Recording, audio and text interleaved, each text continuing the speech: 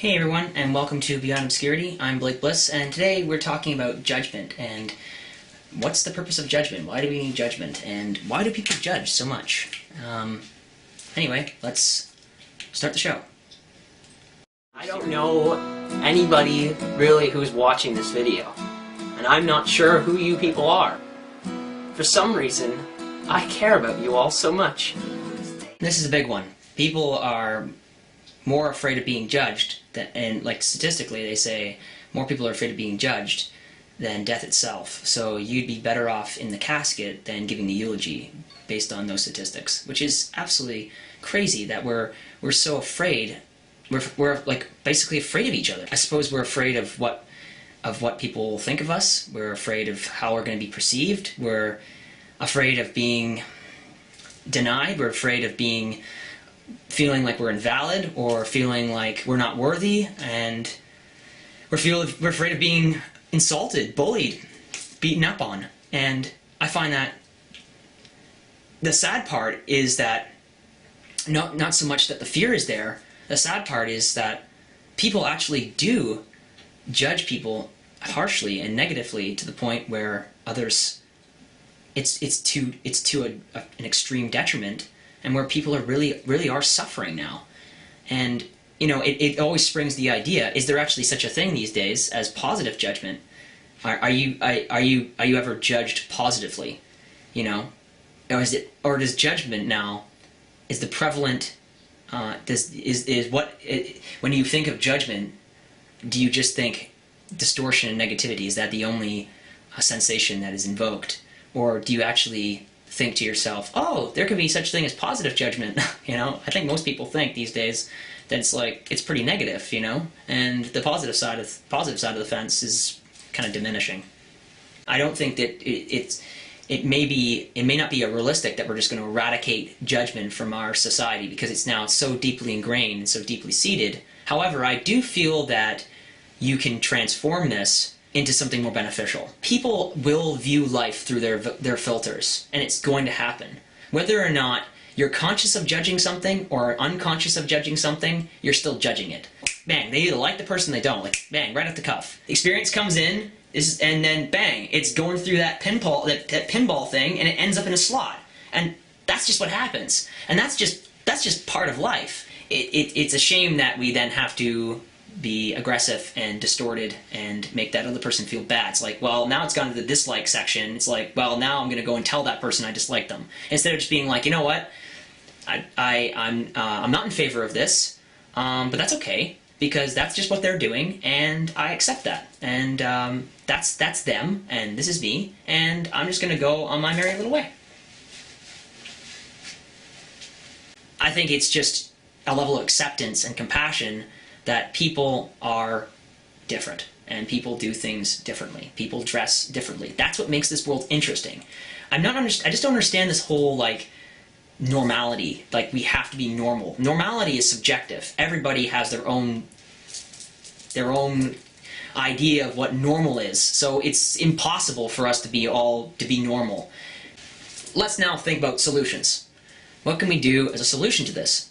Well, this all comes down to inner work, inner healing, focusing on yourself. You know, that sense of self, that sense of belonging, sense of purpose. You know, those aspirations that you may have. To be able to not be rattled by when people throw their stones at you. Because ultimately, what they think of you is just their opinion, and it's really no concern of yours. That's their thing. And just to be compassionate towards them, and that's it. Because oftentimes it's like, oh, this person judged me, and now I'm going to judge them back, and now I'm going to yell at them. They yelled at me, and I'm going to... You can't put a fire out with gasoline. It's antiquated. So there's no point in yelling back at them. There's no getting upset with them. There's no point.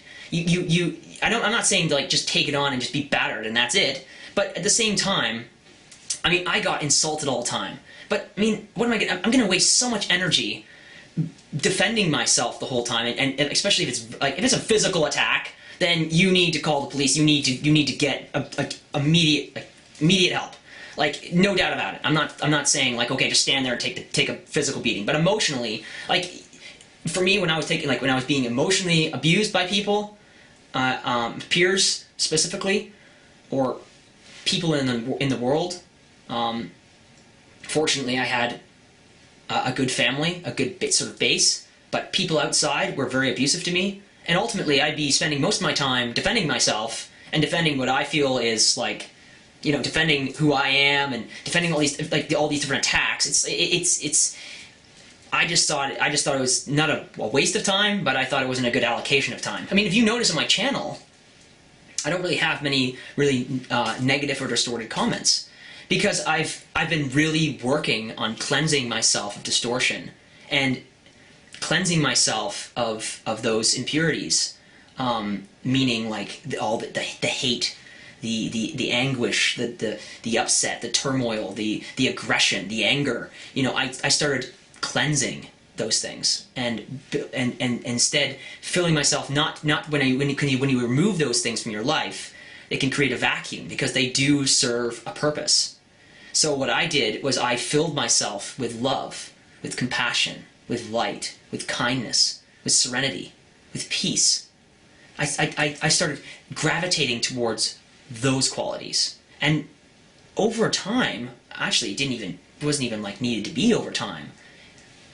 The experiences that were distorted and negative, they were no longer presenting themselves to me because I was no longer reflecting that. What you see in others is what you see in yourself, and so I no longer, because I didn't have that sense of distortion in me. It wasn't welling up inside me all the time.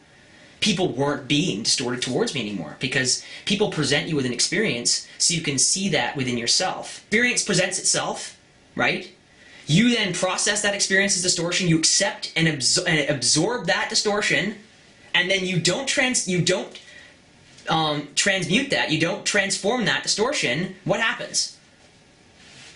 It just comes right back out again. You're spitting it right back out. It's coming into you. Distortion's coming in, and you're absorbing it, right? You're taking it on, and what happens? Spoken purity, heard foul. Spoken purity, heard foul. You don't want to hurt people, but it's spoken purity, heard foul, because distortion has now interlaced itself into your words, has interlaced itself into your actions, has interlaced itself into everything, into your life. So you have to, when it comes in, if an experience comes in, it presents itself to you, right from here, you can just transfer that and transfer that, just be like, okay, this is an experience that's presenting itself to me, and I'm not even going to take it on. Like, that's it. Bang. It doesn't even hit me, right? If you do take it on, though, say if you do absorb it, instead of pushing it out as distortion, push it back out as compassion. So if there's residual resentment, residual distortion inside you, transform that into compassion, transform that into light, transform that into love, and don't just yell back at the world. Don't put your fires out with gasoline. There's no point. You're not going to do it. It's antiquated. Anyway, guys, I love you all very, very much. I hope this helps. Please leave a comment please leave a comment. Please leave a comment in the description box. You can't do that. Please leave a comment and let me know what topics you'd like to see for the next Beyond Obscurity episode. And I will see you all next week. Yeah, love you all. Thanks a lot.